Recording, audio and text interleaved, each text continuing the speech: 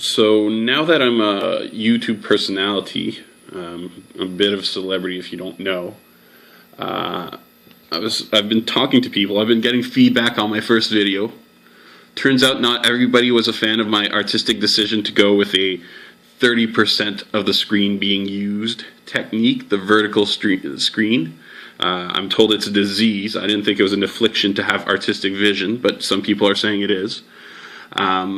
I've decided to do a sort of state of the collection address. I want to just keep track of where I'm at with my collection, where I started before all these pickups, and hopefully there will be more pickups.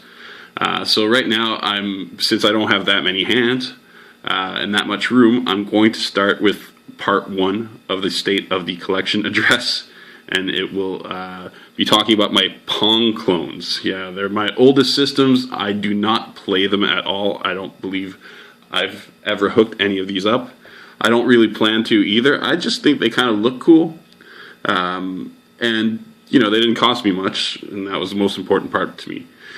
So, with any collection, you kind of get lucky. I'm going to pull one in here, just so you don't look at a blank table for the entire time. With any collection, you get lucky with friends who are kind of generous and just are willing to give you things for free. So when I kind of announced that I was going to become a vintage video game collector, people started kind of hooking me up with systems and games and stuff that they just didn't really need anymore, and they knew I would appreciate them more. So this is one of the first things that was given to me. It was given by someone called Robert, who I used to work with, and he had a couple Pong clones, and he gave me this Sears Telegames. Now it doesn't have the controller, so it's pretty much useless right now, but I just think it's so simple and it kind of looks awesome. The fact that it really doesn't look like a video game system, to be honest. Robert also had this hanging out, so I guess he was a big fan of Pong because he had 2 clones. This is a Coleco Telstar, very common system. I don't like the whole idea of sitting on your friend's lap to play a 2-player game, but I guess back in the 70s that was cool. The other one was the Sears Telegames, which has a few more options, but it's about the same. Now, this is going to be tricky because I've got a larger system on the way. Here, I'm just going to put the phone down for 1 second.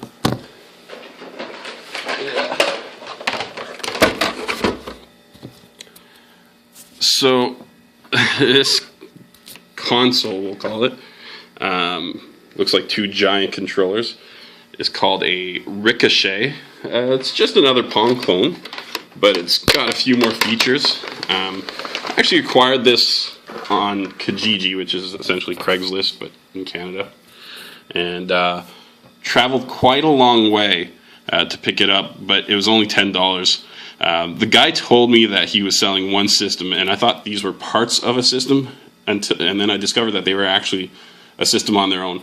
This other thing that I have here is the other part of the system, which, well, what he thought was the other part of the system, but it's actually a completely different Pong clone.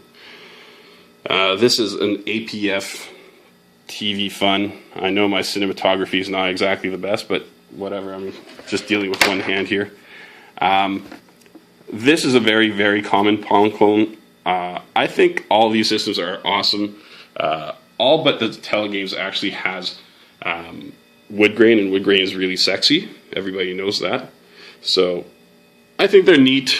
They really serve no other purpose than for aesthetics in my collection.